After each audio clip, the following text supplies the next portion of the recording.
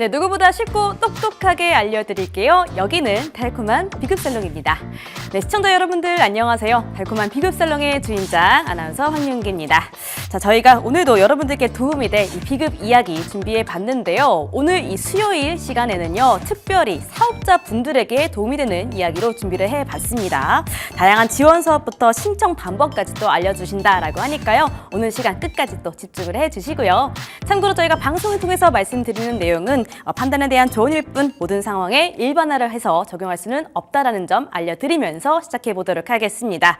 자, 그러면 오늘의 돈과 인생의 비급에 대해서 알려드릴 세 분의 전문가님 모셔봤습니다. 화면으로 확인해 보시죠.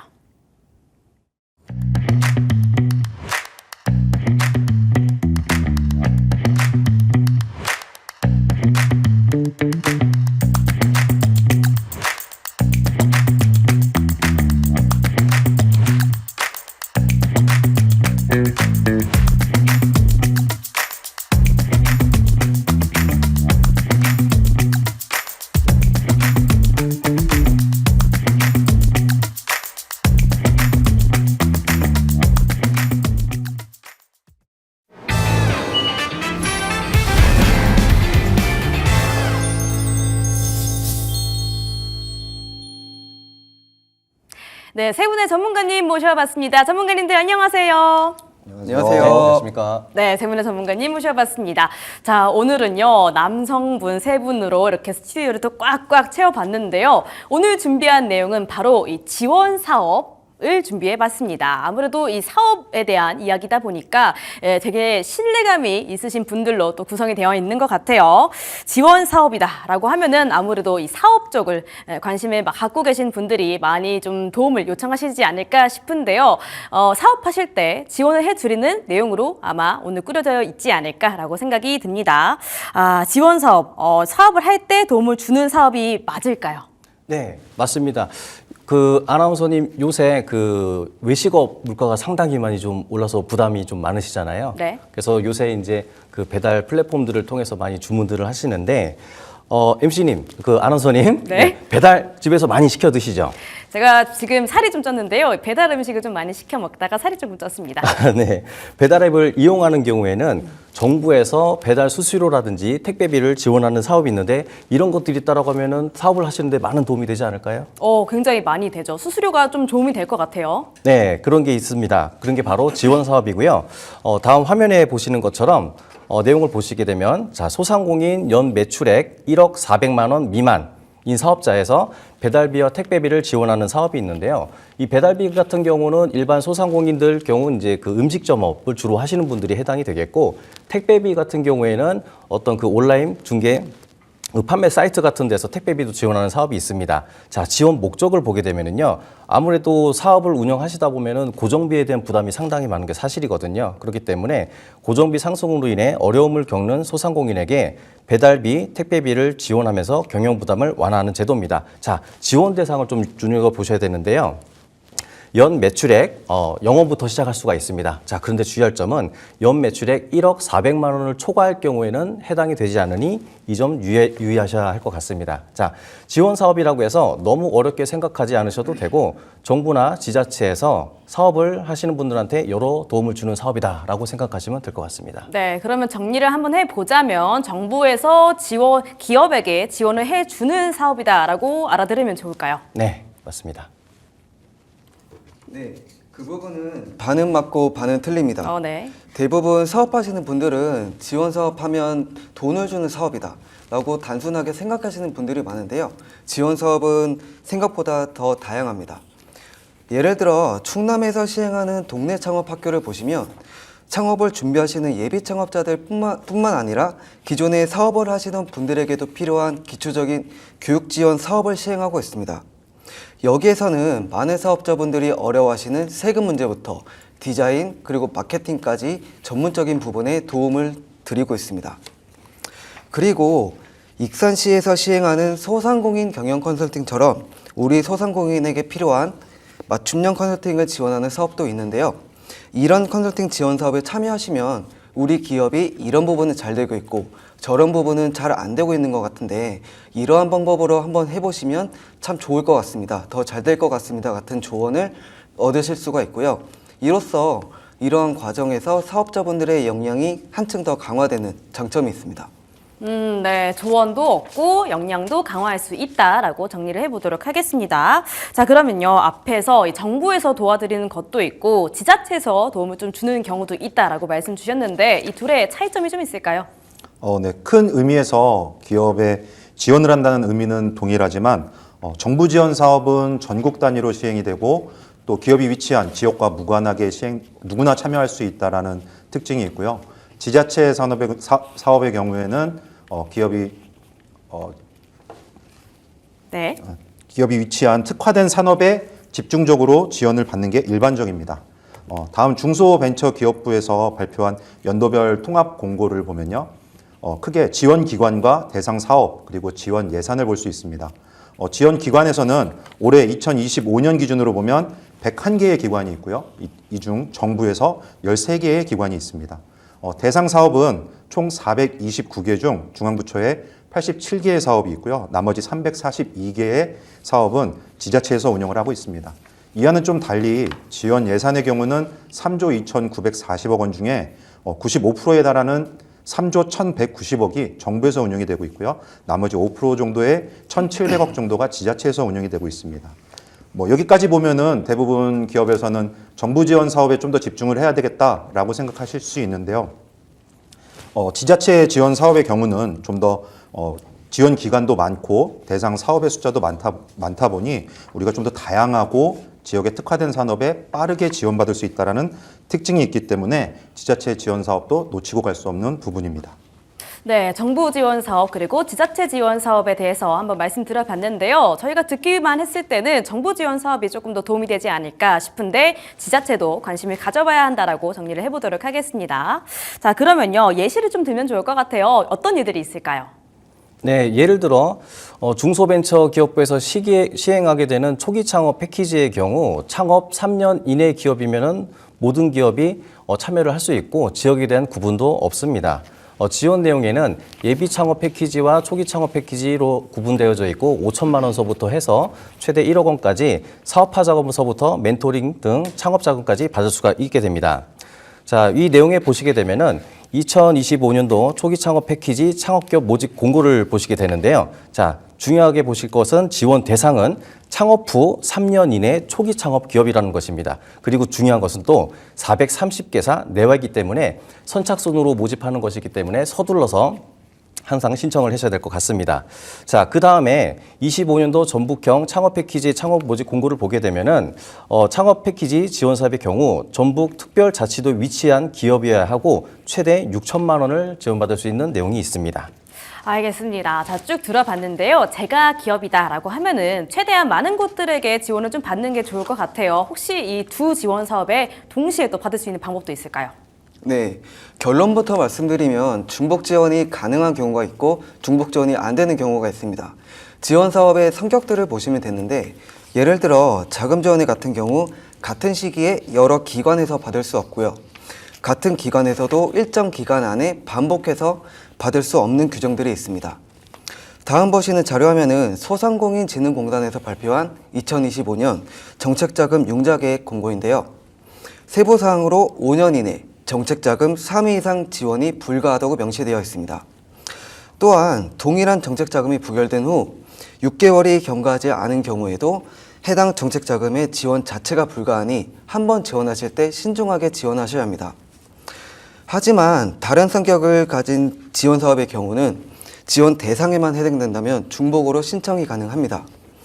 예를 들어 부산에서 시행하는 2025년 전문가 컨설팅 지원 사업은 기업이 가지고 있는 애로사항을 해소하기 위해 경영과 마케팅 같은 맞춤형 컨설팅을 지원하고 있는데요. 지원 대상으로는 부산에 소재한 중소기업이라면 누구나 지원이 가능한 것으로 나와 있습니다.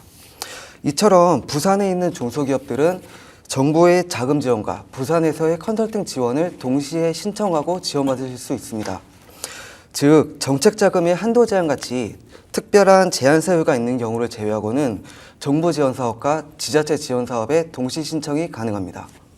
네, 저희 오늘 창업 그리고 사업에 관해서 지원받을 수 있는 방법들 알려드리고 있습니다. 자, 지금 제가 기업 입장이다라고 하면은 이 지원받을 수 있는 것들을 꼼꼼하게 확인을 하면서 지원을 다 받는 게 좋을 것 같아요. 자, 그러면 이 지원 사업을 통해서 도움을 받을 수 있는 절차들, 저희 사실 잘 모릅니다. 이 절차들에 대해서도 좀 자세하게 알려주시면 좋을 것 같은데요. 어떤 절차들이 또 있을까요?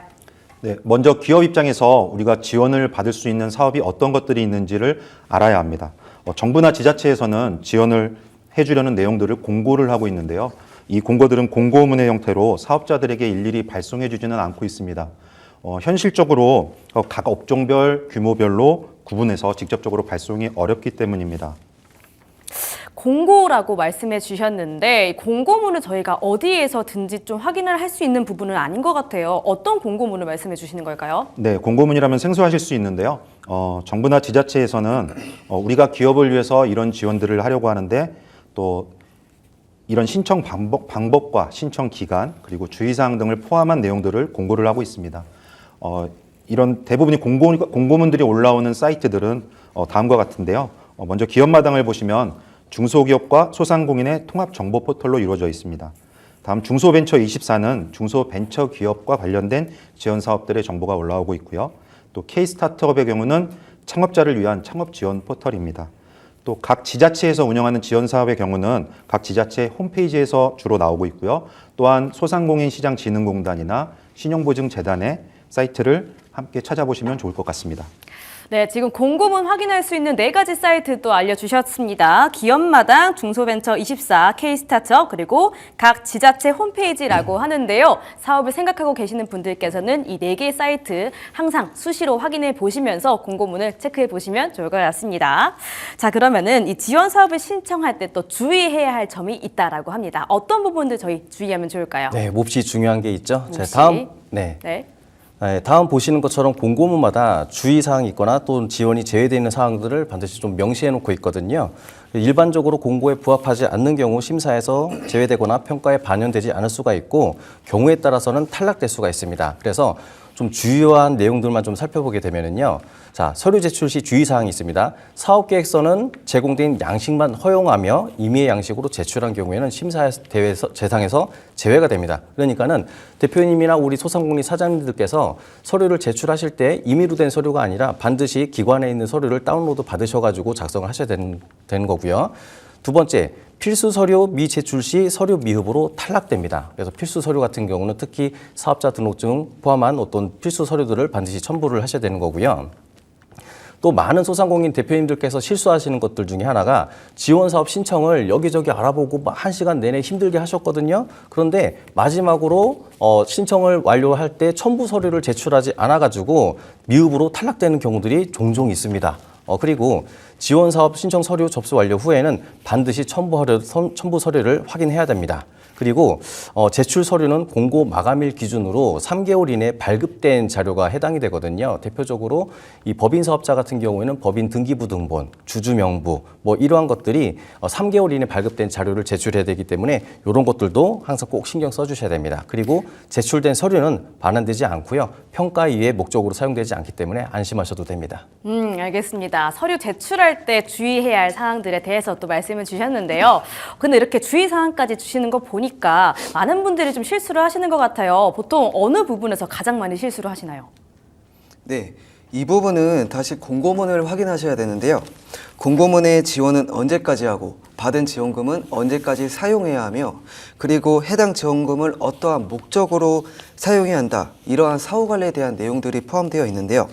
예를 들면 산업통상자원부에서 시행하는 수출바우처 지원 사업의 경우 사업이 종료되는 시점에 바우처 잔액이 15%가 초과되는 경우 이후 동일 사업 참여에 불이익이 있다는 내용이 있습니다. 따라서 지원금을 수령받은 이후에도 해당 지원금을 적절한 곳에 알맞게 사용하는 것이 중요합니다. 지원하기로 한 금액을 다 못 써도 불이익이 있다라고 말씀해 주셨습니다. 혹시 그러면요, 제 갑작스러운 질문인데요. 이렇게 지원금을 다 못 쓰는 경우들이 굉장히 많나요, 전문가님? 네. 많을까요? 맞나요? 어떤가요? 이성 전문가. 네, 대부분 예산은 좀 부족해서 그 곤란해하시는 경우들이 많지. 그쵸. 예, 그렇죠. 그러니까 사실은 지원금을 갖다가 30% 이상 초과를 지출을 못하는 이런 것들은 현실적으로 그렇게 많지는 않은 경우가 있습니다. 네. 역시 부족하지는 않지만 그래도 이런 지점들이 있다라고 또 짚어주셨습니다. 자, 그러면요 다음 이야기 쭉쭉 한번 해주시면 좋을 것 같아요. 이준석 전문가님 다음에 또 말씀해주실 부분이 있다고요. 그런데 뭐 지원 금액을 다 못 쓰는 경우도 간혹 발생을 하는데요. 그런 경우는 사실 아까 좀 전에 말씀드렸던 바우처 산업의 경우도 수출 바우처의 경우 예를 들면 수출을 하기로 했지만 실제로 지원 사업에 참여를 제대로 하지 않고 다른 업들을 하고 있는 경우들이 있습니다. 정부나 지자체에서는 지원 사업의 성과를 평가하고 문제가 있으면 이를 보완해서 다음 지원 사업에 반영해 나가야 되는데요. 그럴 때 이 성과 측정 기준이 적용되는 것입니다. 좀 전에 말씀드렸던 것처럼 바우처 잔액이 15%를 초과한다든지 30%를 초과한다든지 30%를 초과한다든지 하는 경우에는 실제로 이 지원 사업을 활용하지 않고 있다라고 판단을 하고 그 다음 사업에 불이익을 주는 경우입니다. 또 이와는 다르게 자금을 지원받는 경우들의 지원 사업은 자금을 회수당하는 일도 발생을 하고 있습니다. 다음 예시를 보면은 소상공인 시장진흥공단의 자금 집행의 사후 관리에 대한 부분입니다. 내용을 보시면은 실태 조사를 실시해서 우리가 원래의 목적이 아닌 다른 목적으로 자금이 쓰였다면은 조기에 회수한다든지 제재 조치를 실행할 수 있다라는 내용이 포함되어 있습니다. 경우에 따라서 우리가 목적의 다른 용도로 사용했기 때문에 횡령죄가 적용될 수도 있으니 이 점 특별히 주의하셔야 합니다. 네, 횡령죄라는 굉장히 또 무시무시한 단어가 나왔습니다. 정부나 지자체에서 지원을 받은 만큼 헛되이 쓰지 않고 사후 관리가 또 굉장히 중요하다라고 말씀 주셨으니까요. 지금 사업과 창업을 꿈꾸고 계시는 분들은 참고를 꼭꼭 주의 깊게 해주시는 게 중요할 것 같습니다. 지원받은 거를 또 회수를 그렇게 하게 되면 기분이 너무 나쁠 것 같은데 그런 분들 혹시 보셨어요? 저는 본 적이 없습니다. 본 적이 없다. 알겠습니다. 자, 그러면은 이제 기업 입장에서 어떤 지원들을 받을 수가 있는지도 좀 말씀해 주신다고 하는데요. 이게 궁금할 것 같아요. 지원 사업의 종류들에 대해서 또 알아보도록 하겠습니다. 어떠한 종류들이 있을까요? 네, 지원 사업을 보려면 우리 기업이 창업 후 경과 기간이 얼마나가 됐는지 확인해 볼 필요가 있는데요. 우리 회사가 필요한 것이 무엇이 있는지 파악하는 게 중요하고요. 왜냐하면 모든 기업들은 자금이 필요하거든요. 특히 창업 기업들 같은 경우에는 원자재 구입비, 인건비, 마케팅 비용을 하기 위해서 운전 자금이 필요도 하고 또는 이제 어떤 제품을 생산하기 위한 또는 어떤 서비스를 제공하기 위한 시설대 이런 것들이 많이 필요하게 되거든요. 그래서 창업 연수와 그 기업이 처한 상황에 따라서 자금들이 모두 필요하게 됩니다. 자, 예를 들어서 창업 전에 크게 두 가지 정도로 지원 사업을 보게 될 수 있는데요. 내가 기술력을 가지고 있거나 사업 모델을 잘 가지고 있어서 기술 창업을 하려는 경우에는 자, 사업자 이 패키지 공고를 보시듯이 이 예비 창업 패키지라는 것을 신청을 할 수가 있습니다. 여기에 재밌는 것을 보시게 되면요. 지원 대상인데요. 사업자를 내신 분이 아닌 예비 창업자를 대상으로 지원하는 사업입니다. 자, 그리고 지원 규모를 보시게 되면은 810명 내외이기 때문에 이것 또한 선착순으로 빨리 신청해야 되겠죠. 그래서 이런 것들을 신청하시게 되면은 평균적으로 5천만 원 정도의 사업화 자금을 지원받을 수가 있게 되고요.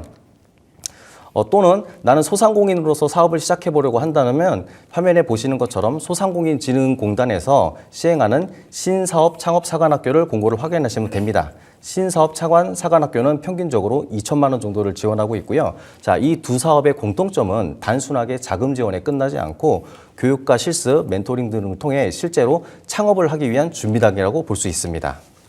네, 제가 좀 정리를 다시 한번 해보도록 할게요. 창업 전에 크게 두 가지 정도 지원 사업을 받을 수가 있다라고 합니다. 먼저 내가 기술력을 갖고 있거나 사업 모델을 갖고 내가 크게 한번 해보겠다 하시는 분들께서는 예비 창업 패키지 공고 확인하시면 된다라고 하고요. 평균적으로 또 5천만 원이나 받을 수 있다라는 점 체크해 보시면 좋겠습니다. 자, 이어서 내가 소상공인으로 사업을 한번 시작해보고 싶다 하시는 분들께서는 신사업 창업 사관학교 공고를 또 확인하셔가지고 평균적으로 2천만 원 정도 받아가시면 된다라고 하니까요. 이 두 가지 참고해 보시기를 바라겠습니다.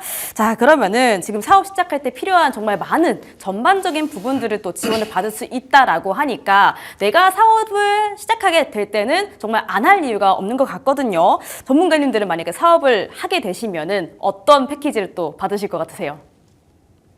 긴급 질문입니다. 저는 창업 중심 대학 사업을 진행할 것 같습니다. 그렇다고 합니다. 알겠습니다. 홍은기 전문가님 계속해서 말씀 주시죠. 네. 이렇게 창업전 지원 사업의 경우 마치 대학교 입학할 때 받을 수 있는 입학 장학금과 비슷합니다. 내가 가지고 있는 기술이나 사업 모델, 아이디어가 충분히 성공 가능성이 있다면 그것을 더욱 보완할 수 있는 기회이기도 하고요. 무엇보다 창업자들에게 가장 필요한 창업 자금을 지원받을 수 있으니 충분히 도전해 보셔도 될 만한 지원 사업들입니다. 알겠습니다. 자, 그러면요. 창업 이후의 지원 사업들도 굉장히 또 궁금해집니다. 저희가 창업만 하는 게 또 끝이 아니다 보니까요. 잘 굴려야겠죠. 자, 어떤 지원 사업들이 또 있을까요? 혹시 아나운서님이 사업을 시작하시고 얼마 안 되셨다면 어떤 게 필요하실 것 같으실까요? 필요한 거요. 제가 필요한 거. 돈이겠죠. 네, 맞습니다. 기업 입장에서는 매출이 올라야 하는데 매출이 오르려면 내 제품을 알리려는 마케팅이 필요해요. 그런데 마케팅도 필요합니다. 예를 들어 음식점을 운영한다고 해보면 고객 유치를 위해서 홍보물을 제작해야 되는데 이럴 때 결국 마케팅 비용이 발생되게 됩니다. 이런 상황에서는 홍보물 제작비 지원을 해주는 사업을 이용하시면 되는데요. 자료화면처럼 구미 소상공인 종합센터에서 시행하는 홍보 영상 제작 지원 사업 모집 공고인데요. 지원 내용을 보시면 전문 업체와 매칭해서 유튜브 같은 홍보 영상을 제작해 주는 거고 제작비를 전액 무료로 지원해 준다고 나와 있습니다. 물론 사업에 따라 일부 자부담이 발생할 수 있으니 각각의 공고문을 잘 확인하시는 게 중요합니다. 아나운서님, 네. 네, 혹시 음식점에 가실 때 네. 혹시 좌식 테이블이 편하실까요? 입식 테이블이 편하실까요? 개인적으로 제가 좌식 테이블이 있는 식당들을 조금 더 맛있게 느껴지기는 하는데요. 제가 이 데이트를 하거나 좀 중요한 일이 있을 때는 제가 좀 힐을 신기 때문에 힐에서 내려오고 싶지가 않아서 입식이 조금 더 좋을 것 같습니다. 네, 여성분들에게는 특히 좌식 테이블이 좀 더 불편한 것 같습니다. 맞아요. 좌식 테이블은 사실 고객들에게도 불편하지만 음식을 제공해 주시는 그분들에게도 불편하다라고 하는데요. 때문에 요즘 음식점들은 신규로 설립을 할 때 대부분 입식 테이블로 시작을 하는 것 같습니다. 혹시라도 기존에 음식점을 운영하고 계신 대표님들이 계시다면 좌식 테이블에서 입식 테이블로 변경을 하고 싶다라고 하면 다음 보시는 것처럼 그 비용을 지원받는 지원 사업도 있습니다. 이 공고문을 보시면은 2025년 인천 남동구에서 지원하는 사업인데요. 음식점의 시설을 개선을 하는데 필요한 자금을 지원하겠다라는 내용입니다. 우측 파란 박스를 보시면 기존 좌식 테이블에서 입식 테이블로 교체를 할 때 드는 비용을 지원하겠다. 또 주방 환기 시설 교체 및 청소 비용을 지원하겠다. 비대면 결제 시스템의 설치 비용을 지원하겠다라는 내용인데요. 바로 위에 보시면 이 중에 한 가지만 지원하겠다라는 내용이 있으니까요. 대부분의 공고문들을 잘 확인하시고 혜택을 받으셨으면 좋겠습니다. 네, 지원 항목이 지금 3가지가 있는데요. 이 3가지를 다 지원해 드리는 건 아니고 이 중에 택 1이라고 하니까요. 꼼꼼하게 살펴보시기를 바라겠습니다. 이렇게 시설 개선까지 또 도와주신다라고 하니까요. 이거 안 받을 이유가 없는 것 같고요. 그 밖에 또 어떤 다른 지원 사업들이 있는지도 한번 들어보도록 하겠습니다. 또 어떤 것들이 있을까요? 그럼 아나운서님, 네. 만약에 아나운서님께서 어떤 소상공인, 어떤 서비스업, 요식업을 네. 운영하신다라고 하면은 어떤 비용들을 가장 좀 부담스러워 하실 것 같으세요? 부담스럽다. 네. 제가 자꾸 이 방송에서 제 이야기를 하게 되는데 저희 어머님께서 잠깐 아이스크림 가게를 했던 적이 있으세요. 근데 그때 가장 힘들어했던 부분이 인건비였습니다. 네, 맞습니다. 맞나요? 인건비는 단순하게 한 달에 그 종사자들한테 지급하는 인건비만 또 볼 수 있겠지만은 추가적으로 4대 보험료라든지 퇴직금이라든지 추가적으로 비용 부담이 더 생길 수밖에 없는데요. 그래서 요새 음식점들은 대부분 키오스크를 써서 인건비를 줄이려고 하는 게 일반적입니다. 그리고 올해부터는 특정 규모 이상의 사업장의 경우에는 키오스크가 의무화가 되었는데요. 보시는 것처럼 스마트 상점 기술 보급 사업으로 지원받으세요라고 하면서 중소벤처기업부와 소상공인진흥공단에서 이렇게 스마트 기술을 지원해 드립니다라고 나와 있습니다. 자, 지원 대상을 보시게 되면은요. 소상공인 기본법 제2조에 따른 소상공인으로서 현재 정상적으로 영업 행위를 하고 있을 경우에는 모두 해당이 된다라고 나와 있습니다. 자, 보시는 것처럼 키오스크 렌탈 비용도 지원해주는 사업도 있으니 잘 활용하시면 비용도 낮추고 수익을 높이는 결과를 보실 수가 있습니다. 자, 하지만 모든 지원 사업이 지원을 하는 게 아니거든요. 그래서 최소 기업자에서 사업장에서 부담해야 될 최소 자부담 비용이라든지 한도라든지 이런 것들을 먼저 사전에 확인하시는 게 좋겠습니다. 알겠습니다.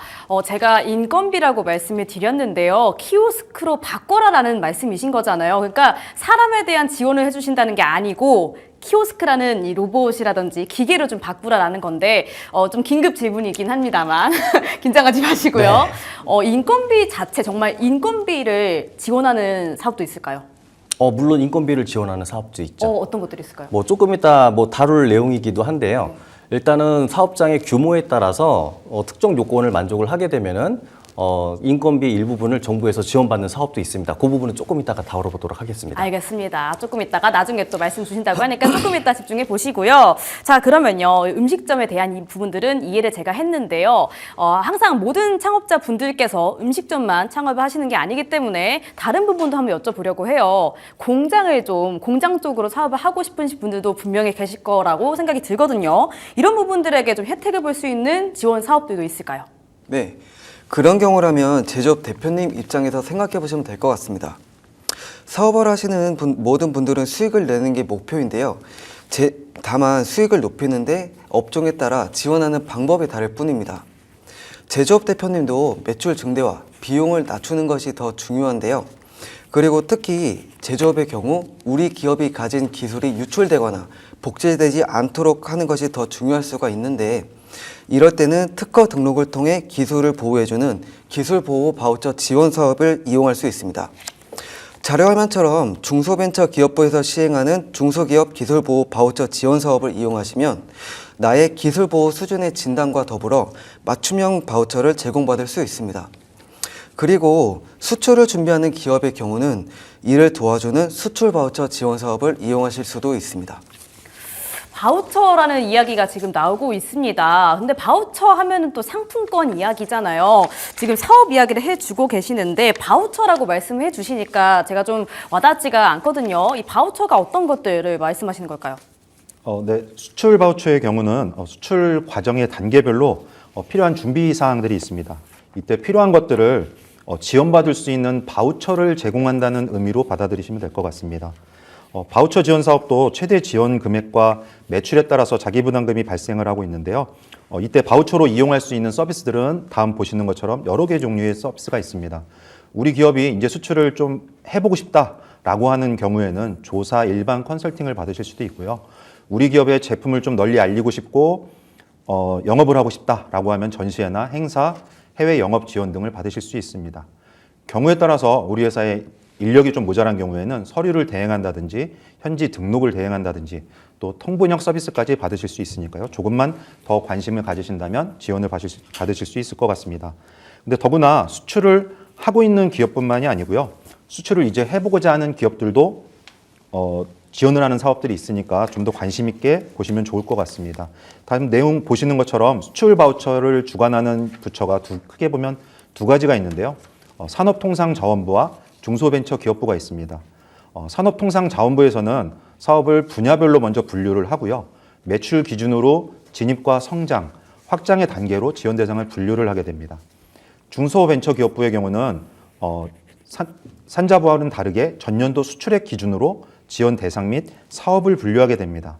이때 5가지로 분류하게 되는데요. 첫 번째 분류가 내수기업 분류가 있습니다. 내수기업의 경우는 전년도 수출액이 0인 부분에서 최대 1,000불 미만인 기업들을 대상으로 하고 있어서 수출을 하고자 하는 기업들도 얼마든지 지원을 받으실 수 있으니까 좀 더 관심 있게 보시면 좋을 것 같습니다. 네, 지금 바우처로 저희가 혜택을 볼 수 있는 분야들이 14개나 있다라고 말씀을 주셨어요. 그럼 전문가님들께 각각 한번 여쭤보고 싶습니다. 자, 우선 이준슬 전문가님, 만약에 도움을 받을 수 있다라고 생각하신다면 네. 어디에 또 바우처를 사용하고 싶으세요? 저는 사실 전시회에 관련된 것들을 받을 것 같습니다. 왜일까요? 아무래도 전시회를 준비하다 보면은 서류도 준비를 해야 되지만 우리의 제품이나 제품 진열이나 이런 것들이 전문가들의 힘을 빌른다면 아무래도 영업적으로 좀 더 도움이 되지 않을까 싶습니다. 혹시 마케팅을 좀 해보셨나요? 제가 경영지도사를 마케팅으로 합격을 해서 멋있다. 네, 그래서 좀 더 관심이 있는 것 같습니다. 전시가 좀 도움이 될 것 같기는 합니다. 전시를 통해서 아무래도 고객들을 조금 유치를 하는 그런 방향 쪽을 말씀을 해주신 거죠. 네, 그럼 다른 전문가님들은 어떠세요? 어디다가 쓰고 싶으세요?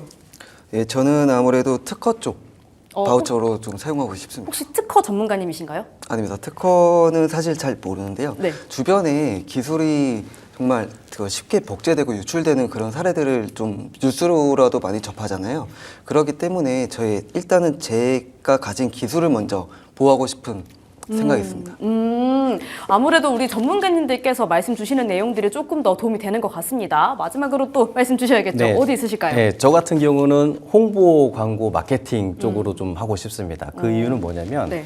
요새 재미난 얘기들이 조금 있더라고요. 너무 좋아요. 네, 두 개의 병원이 있는데 하나의 병원은 A라는 병원은 마케팅을 잘하는 병원이 네. 있고 B의 병원은 정말 실력 있는 병원이라고 합니다. 근데 어떤 병원이 더 영업이 잘 될 것 같으세요? 이게 마케팅이 진짜 중요한 요소더라고요. 아무래도 마케팅을 잘하는 병원이 더 잘 가지 않을까요? 네, 맞습니다. 네. 안타깝지만은 정말 의료 행위를 잘하는 그 병원이 잘 됐으면 좋겠지만은 요새 트렌드가 또 이제 마케팅이고 나를 잘 알려야지, 홍보를 해야지, 그래야지 매출로 이어지다 보니까는 아무래도 제가 만약에 어떤 사업을 하게 된다라고 하면은 홍보와 마케팅 쪽으로 아마 바우처를 신청하게 될 것 같습니다.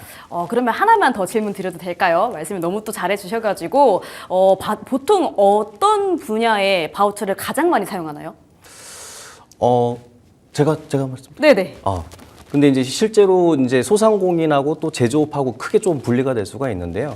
소상공인 같은 경우는 방금 말씀드린 이제 마케팅이라든지 홍보 브랜드 이런 것 쪽으로 많이 좀 활용하시는 편인 것 같고 특히 아까 제조업 같은 경우는 아까 우리 홍 지도사님께서 말씀하신 것처럼 내가 가진 기술력들을 갖다가 특허화하고서 나중에 이런 특허들을 갖다가 법적으로 보호를 받고 우리 기업만의 배타적인 사용권을 확보를 하고 이런 사업 목적, 기술 유출되는 것도 받고 이런 목적으로 하기 때문에 특허와 관련된 지원 사업이라든지 또는 그 우리 기업이 사업을 운영을 하면서 이제 인증이라는 것들 많이 들어보셨을 거예요. 뭐 벤처기업 확인이라든지 이런 것들 이렇게 인증 컨설팅하는 바우처로 많이 사용하는 케이스들이 많습니다. 알겠습니다. 굉장히 또 도움되는 내용이었습니다. 특허 혹은 홍보나 마케팅 쪽으로 많이 사용을 한다고 하시네요. 아무래도 제가 사업을 한다고 생각을 했을 때도 이와 관련된 곳에 바우처를 좀 사용하게 될 것 같습니다. 자, 그러면은 다음 이야기로 넘어가 보도록 할게요. 지금 저희가 이야기를 나누고 있는 분야가 아무래도 시작하는 단계, 창업 단계에 위치해 있는 지원 사업인 것 같은데 사실 이미 시작을 하고 계신 분들도 있을 거라고 생각이 듭니다. 지금 어느 정도 내가 성장을 한 상태고 지금 수익도 나오고 있는 상태에서 기업을 운영하고 있다. 이런 분들도 지원받을 수 있는 것들이 있을까요? 있을까요? 말씀 주시죠. 네. 어떤 방금 말씀하신 내용들은 어쨌든 지원받을 수 있는 기업들이 많기는 한데요. 근데 이제 또 이런 경우도 있거든요. 그러니까 이미 어느 정도 성장을 한 단계란 말이에요. 네. 그런데 이런 기업에 대한 수혜들을 많이 주지는 않습니다. 그러니까 일반적으로 창업하고서 이제 스타트업하고서 이제 성장 동력이 필요한 그런 기업들한테 많이 지원을 하게 되는 게 맞는 거거든요. 네. 대신에 이미 어느 정도 성장을 해 있다라고 하는 기업들 같은 경우는 그 대상은 적을 수는 있는데 지원하는 규모는 나름 더 큽니다. 자, 예를 들어 보면은 기업이 성장할수록 고용 인원이 늘어날 수밖에 없는데요. 이럴 때 고용지원금을 받을 수 있습니다. 자, 여러 고용지원금 중 청년 일자리 도약 장려금의 경우 5인 이상 이 고용 증대할 때 1인당 최대 720만 원까지 지원받을 수 있겠는데요. 자, 여기서 중요한 키워드가 청년이라는 것이거든요. 네. 그래서 고용노동부에서 정의하는 청년의 기준은 만 34세이기 때문에 만약에 신규로 종사자를 채용했을 때 가급적이면 청년을 채용하시는 것들이 많이 도움이 되겠죠. 네. 자, 여기서 주의할 점은 채용 시기에 신청하는 것은 기본이고 채용한 이후에 최대 3개월 이내에 신청할 수 있는 것이 있습니다. 자, 더 중요한 것은 내가 고용지원금을 신청하겠다라고 했을 때 관할 지자체에다가 먼저 유선상으로 물어보신 다음에 신청하는 것이 좋겠습니다. 자, 청년 일자리 도약 장려금에 대한 안내문을 보게 되면요, 참여 기간 및 신청 방법이 있고 고용24 포털 사이트에 가시게 되면은 자세한 안내문을 보실 수가 있고요. 그리고 지원 내용을 보시게 되면은 중요한 거예요. 신규 채용 청년 1인당 월 60만 원 1년 지원 이렇게 되어 있습니다. 자, 이렇게 채용된 직원에게도 2년 이상 근속 시에 480만 원을 함께 지원하여 장기 근속을 유도할 수 있는 제도도 있는데요. 예외 조항이 있기는 합니다. 지금 말씀드린 내용들은 이 종사자 고용 인원 수가 5인 이상이만 해당되는 경우인데 특별하게 청년 창업 기업이라든지 또는 성장 분류, 그러니까는 성장 유망 업종으로 따로 분류된 업종인 경우에는 1인 이상 4인 이하 사업장도 신청할 수 있으니 공고문을 잘 확인하시고 우리 기업에 해당하는지도 체크를 하신 다음에 신청하시는 게 좋겠습니다. 알겠습니다. 자, 5인 이상이 아니어도 지원받을 수 있는 예외 조항이 있다라고 말씀을 주셨습니다. 그리고 청년의 나이는 34살까지입니다. 저는 아직까지 청년입니다. 알겠습니다. 자, 그리고요. 지원을 받을 수 있는 또 다른 것들이 있다라고 하네요. 어떤 것들이 또 있을까요? 네, 많은 지원 사업들이 있지만 제조업의 경우 제조 원가를 낮출수록 경쟁력을 가질 수가 있는데요. 이때 필요한 지원 사업이 스마트 공장 구축 지원 사업입니다. 중소벤처기업부에서 시행하는 스마트 공장 구축 지원 사업의 경우 코디네이터라는 해당 분야의 전문가를 매칭해서 우리 공장을 스마트화 시키는데요. 이런 지원 사업의 목표는 수작업 중심의 제조 방식을 디지털화 시키고 생산성을 높여서 품질을 유지시키는 겁니다. 즉 사람이 아닌 기기를 이용하고 데이터를 이용한 공정 개선 등이 이루어지기 때문에 보다 더욱 효율적인 생산이 가능하도록 할 수 있는 특징이 있습니다. 또한 아무래도 이런 사업들은 기계가 들어가니까 지원 규모가 클 수가 있는데요. 각각의 기계 장비들이 가격도 다 다르고 필요한 데이터의 종류와 양도 다르기 때문에 해당 분야의 적절한 전문가들이 지원 사업을 수행하시는데 많은 도움을 드리고 있습니다. 네, 스마트 공장 구축 지원 사업 이런 것도 있었습니다. 자, 그러면요. 이렇게 사업이 성장하는 경우도 있겠지만 사실 이거는 희망회로가 아닐까 싶어요. 사업 같은 거를 시작하게 되다면 어려운 문제에 봉착하는 경우도 있을 것 같은데 유지하기가 조금 어려운 기업들도 분명히 있을 거라고 생각을 합니다. 그 비율도 좀 궁금하긴 한데 이런 기업들에게 또 혜택을 줄 수 있는 지원 사업들도 있을까요? 네, 사업을 유지하기 힘든 경우를 위해서 사업 전환 지원 사업이 시행되고 있습니다. 사업 전환 지원 사업의 경우는 경제 환경 변화로 인해서 사업에 어려움을 겪고 있는 기업들을 대상으로 새로운 업종으로 사업을 이제 변경을 하는 사업인데요. 업종을 추가할 수도 있고 업종의 완전 전환을 꾀할 수도 있습니다. 이와는 다르게 폐업을 결정한 소상공인들을 위해서 사업을 잘 정리하고 재기하고 또 재취업을 할 수 있도록 돕는 희망 리턴 패키지 지원 사업도 있습니다. 보시는 것처럼 희망 리턴 패키지 지원 사업의 경우는 우리가 폐업을 하겠다라고 결정한 이후에 많은 문제에 봉착하게 됩니다. 예를 들면 임대 문제나 고용을 정리하는 문제, 세금 문제, 또 집기 시설의 처분 문제, 여러 가지 문제에 봉착할 수 있는데요. 이런 것들을 원스톱으로 지원받고 사업자의 재기를 꾀할 수 있는 지원을 하는 사업입니다. 네, 지원 사업들이 상당히 많은 것들이 있었습니다. 굉장히 또 도움이 될 것 같은데 돈이 부족해서 폐업하지 못한다라는 이야기는 제가 못 들어본 것 같은데 그럴 수도 있겠네요. 그럴 때 굉장히 도움이 될 것 같습니다. 네, 맞습니다. 사업자 입장에서 우리가 필요한 것들을 조금만 찾아보면은 정부나 지자체에서 그 니즈에 맞춰서 시행하고 있는 지원 사업들이 있으니 조금만 신경 쓰셔도 도움을 받으실 수 있습니다. 네, 굉장히 도움받는 경우들이 많았습니다. 자, 그러면요. 사업자 입장에서 내가 잘하고 있나, 잘못하고 있나 이런 부분들도 확인하면 참 좋을 텐데 경우에 따라서 해결해야 할 문제들이 또 굉장히 다양하잖아요. 이럴 때 도움받을 수 있는 방법들도 있을까요? 예, 맞습니다. 많은 대표님들께서 비즈니스 지원단이라는 좋은 제도가 있음에도 불구하고 많은 대표님들께서 잘 활용을 못하시고 옆에 있는 대표님들, 옆에 있는 사장님들한테 물어보시면서 간혹 가다가 사장님들끼리 서로 틀린 답들을 베끼시는 경우들이 종종 있거든요. 자, 이럴 때 이용하는 것이 컨설팅 지원 사업입니다. 대표적으로 중소벤처기업부에서 운영하는 비즈니스 지원단을 이용하는 방법이 있는데요. 소상공인이나 중소기업 예비 창업자까지 상업 운영 시에 필요한 전반적인 사항들을 해결할 수 있는 방법입니다. 자, 13개 중소벤처기업청에 방문하여 상담을 받거나 전문가들이 직접 현장에 방문해서 우리 사업장에 직접 찾아와 가지고 컨설팅을 수행할 수 있으니 좋은 방법이 있는 거고요. 자, 내용들을 보시게 되면은 찾아가는 맞춤 컨설팅, 중소기업 경쟁력의 강화 성공을 디자인하다라고 해가지고 아주 좋게 디자인이 되어 있죠. 자, 그래서 사업자들이 애로사항들을 해결하기 위해 각 분야의 전문가들이 해결해 안내를 드리니 기업 입장에서 상당히 도움받을 수 있는 제도입니다. 이 외에도 각 시도별로 운영하는 컨설팅 지원 사업이 있으니 잘 활용하시면 좋을 것 같습니다.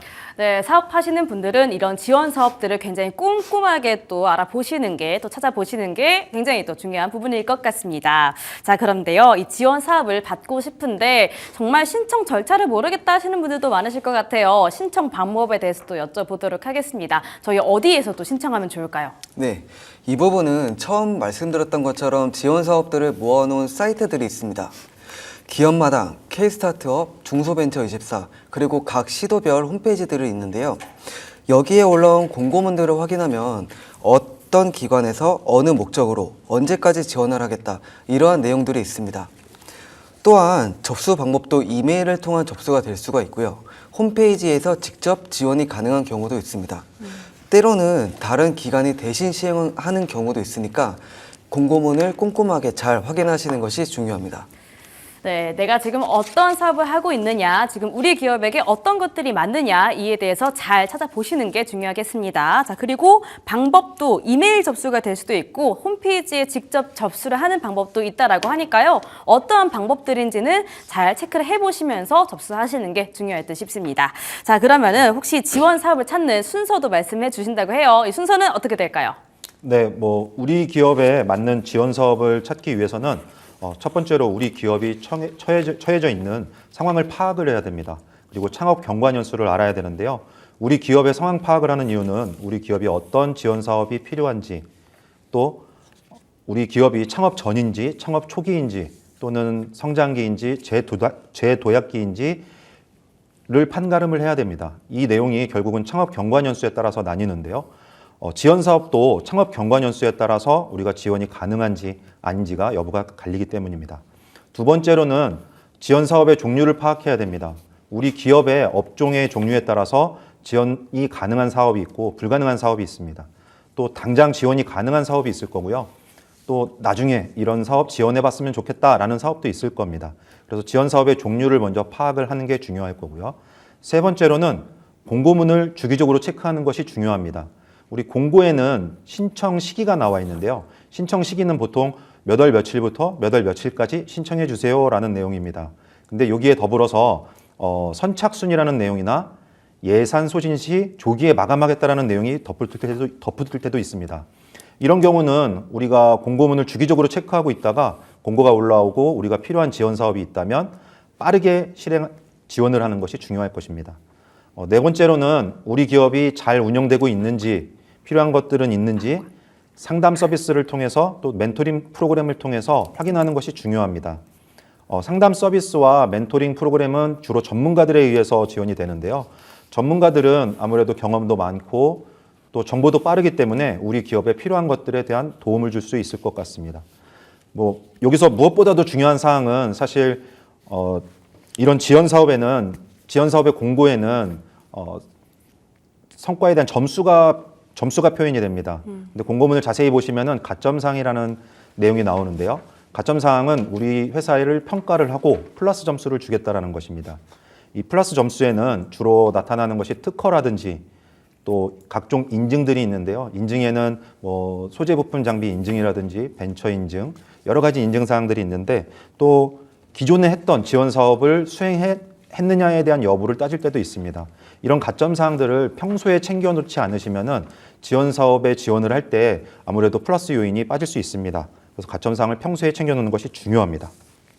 네, 굉장히 또 중요한 말씀을 해주셨습니다. 저희가 수행평가처럼 마치 이 가점이라는 것도 있다고 하세요. 이 가점에는 인증사항이나 특허 그리고 먼저 진행된 지원 사업을 받은 경우들의 가점을 좀 받을 수 있는 영역도 있다라고 하니까요. 이 점이 또 굉장히 중요합니다. 꼭 체크해 주시기를 바라겠습니다.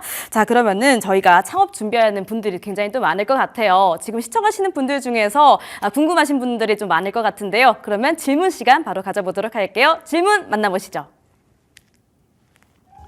네, 현재 저는 31살에 제조회사를 다니고 있는 한 직장인입니다. 저는 대표님의 권유와 지원을 받아서 지금 창업을 고려 중인데요. 예비 창업 패키지 지원 사업을 신청해서 지원을 최대한 활용하려고 합니다. 대학 시절에 제가 창업 관련 경험이 있어서 기본적인 내용만 알면 직접 준비할 수가 있을 것 같아요. 그런데 첫 단계로는 무엇을 해야 할지 고민이 됩니다. 이렇게 또 질문이 왔네요.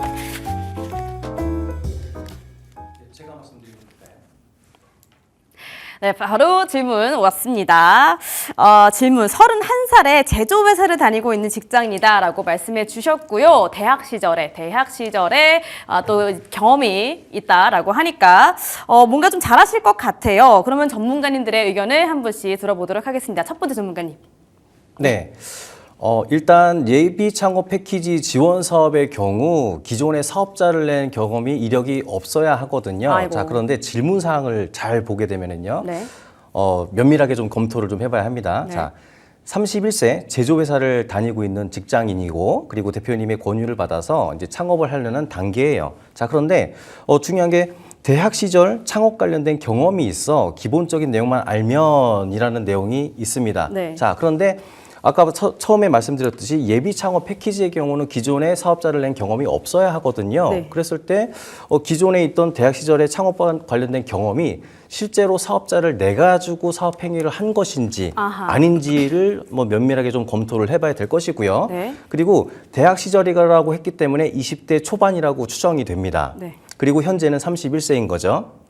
그러면은 대학을 졸업하고 상당 기간이 지났을 수도 있다라는 점이에요. 자, 그런데 관계 법령이죠. 창업기업 지원법 시행령 제2조 1항을 인용을 좀 하게 되면은 창업한 날로부터 그러니까는 창업을 하고 나서 이제 폐업을 한 거죠. 폐업한 날로부터 3년이 경과가 돼서 창업을 했을 경우에는 창업으로 인정받는 케이스가 있습니다. 네. 자, 그렇기 때문에 3년이 경과되었다라고 하면은 예비 창업 패키지에 될 가능성이 조금 더 높아 보이고요. 네. 여기서 참고로 말씀을 드리면 기존에 있던 사업자를 폐업을 했을 때 그 폐업한 사유가 어떤 개인 회생이나 어떤 기업의 부실에 의한 폐업이라고 했을 경우에는 2년이 경과된 시점에 이후에 창업을 하게 되면 또 신규 창업으로 보기 때문에 이런 법 관계된 부분들도 잘 확인해 보셔야 될 것 같습니다. 알겠습니다. 말씀을 또 굉장히 또 잘해주셨는데 제가 정리를 한번 해보도록 할게요. 우선 첫 번째로는 사업자를 낸 사업이냐 아니면 안 낸 사업이냐에 따라서 갈릴 것 같고요. 두 번째로는 폐업한 지 3년이 지났냐 안 지났냐의 여부도 굉장히 중요할 것 같습니다. 저 그러면 이성우 전문가님 하나만 더 여쭤보도록 할게요. 지금 질문 중에 첫 단계로 어떤 것을 하면 좋을까요? 라고 말씀을 해주셨었는데 첫 단계가 그러면 내가 3년이 지났는지 그리고 사업자를 냈는지 이거를 확인하는 게 중요하다라고 말씀 주신 걸까요? 네, 맞습니다. 알겠습니다. 그렇게 정리해 보도록 하겠습니다. 지원 대상에 사업자를 낸 적이 있으면 제외가 된다는 규정이 있다. 꼭 참고해 보시기를 바랄게요. 자, 그러면 다음 전문가님 또 답변 들어보도록 하겠습니다. 홍은기 전문가님 말씀 주시죠. 네, 저는 제조와 경영을 분리해서 한번 확인하시라고 말씀드리고 싶은데요. 네. 물론 대학 시절에 창업 관련 경험이 있다고 했지만 제조에 대해서는 좀 아실 거예요. 아시지만 그 회사 운영에 관한 전반적인 사항에 대해서 부족한 부분이 없는지, 재무라든지 인사라든지 그런 부분이 없는지 고민을 먼저 하시고 창업을 하시는 게 전 좋다고 생각합니다. 알겠습니다. 제조에 대해서는 알지만 지금 회사 전반적인 부분에 대해서도 아는지 고민을 해보시는 게 중요하다라고 말씀해 주셨어요. 자, 그럼 한 분 남았습니다. 마지막으로 이주식 전문가님 말씀해 주시죠. 네, 첫 번째로 다른 전문가님들 의견에 동감을 하고요. 우선은 폐업한 지 3년이 지났으면은 신규 창업으로 인정을 받을 수도 있고 또 현재 이 예비 창업 패키지 지원 사업의 사례를 보면은 업종이 다른 경우에 그리고 올해 만약에 신청을 한다면 전년도까지 폐업이 되어 있다면은 또 창업으로 인정을 하는 경우들도 있었습니다. 때문에 공고를 정확히 확인하시고 담당자하고 직접 소통을 해보시는 게 제일 중요할 것 같고요. 또 지금 창업 전이기 때문에 예비 창업 패키지 이외에도 앞서 우리 내용에서 말씀드렸던 것처럼 신사업 창업 사관학교라든지 또 말씀은 안 드리지 않았지만 창업 중심 대학이라는 사업이 있습니다. 우리 질문자님께서 좀 적극성을 가지고 여러 기관에 알아보신다면은 다른 지원 사업과 관련된 스터디가 되실 것으로 저는 판단을 하고 그렇게 해보셨으면 좋겠습니다. 알겠습니다. 마지막에 또 굉장히 중요한 말씀 해주셨는데요. 적극성을 가지는 게 중요할 것 같다라고 말씀해 주셨어요. 지금 찾아보니까요. 공고가 상당히 많습니다. 그리고 이 공고를 확인할 수 있는 사이트 같은 것도 굉장히 많더라고요. 이 4가지 사이트 제가 아까 알려드렸죠. 4가지 사이트에 접속하셔서 공고들을 일일이 확인해 보고 나한테 맞는 공고가 어떤 것들이 있는지, 내가 어떤 지원 사업이 필요한지 꼼꼼하게 확인하는 그 적극성이 가장 중요할 것 같습니다. 자, 그러면은 지금 마칠 시간이 거의 다 와가고 있는데요. 오늘 첫 방송이시잖아요. 첫 번째 전문가님부터 오늘 소감 한번 부탁드립니다. 처음 하는 방송이라 굉장히 좀 많이 떨렸고 네. 그리고 또 사실은 드리고 싶은 말씀들이 사실은 굉장히 많은데 네. 1시간 안에 압축해서 말씀을 드리는 것도 사실은 쉽지가 않았습니다. 그래서 앞으로 이런 기회들을 자주 갖고서 많은 대표님들께 도움을 드리는 그런 방송이 됐으면 좋겠습니다. 감사합니다. 이준식 전문가님은 어떠셨어요? 저는 일단 처음이라 많이 떨렸고요. 네. 또 요새 지원 사업은 여러 대표님들께 도움이 될 수 있는 사업이니까요.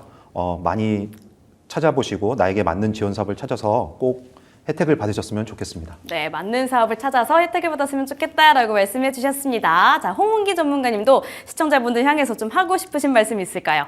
네, 떨렸지만 좋은 경험이었던 것 같고요. 사업하시는 데 많은 어려움들이 있지만 저희가 앞서 소개해드린 지원 사업들을 잘 활용하시고 잘 활용하셔서 그것을 좀 사업 성공의 발판으로 이끄시길 바라겠습니다. 네, 지원 사업에 대한 이야기 이렇게 나눠봤습니다. 자, 그러면요, 오늘 배운 내용들 화면으로 다시 한번 확인해 보겠습니다.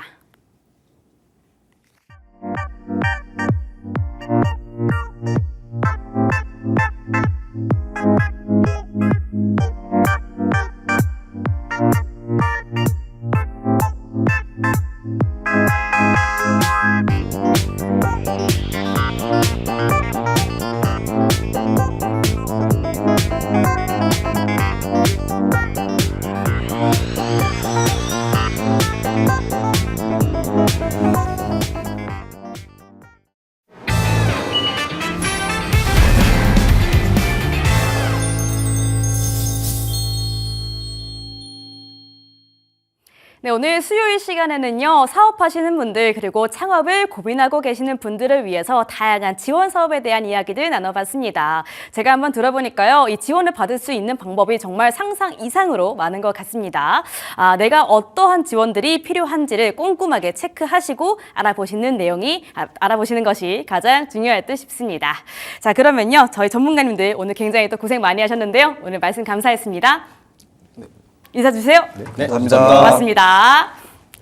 네, 저희가 준비한 시간은 여기까지입니다. 참고로 저희가 방송에서 말씀드리는 내용은요, 저희가 판단에 대한 조언일 뿐 모든 상황에 적용하지는 않는다는 점 말씀드려보도록 하겠습니다. 자, 그러면은 저희는 내일 저녁 6시에 다시 돌아오도록 할게요. 시청해주신 여러분들 고맙습니다.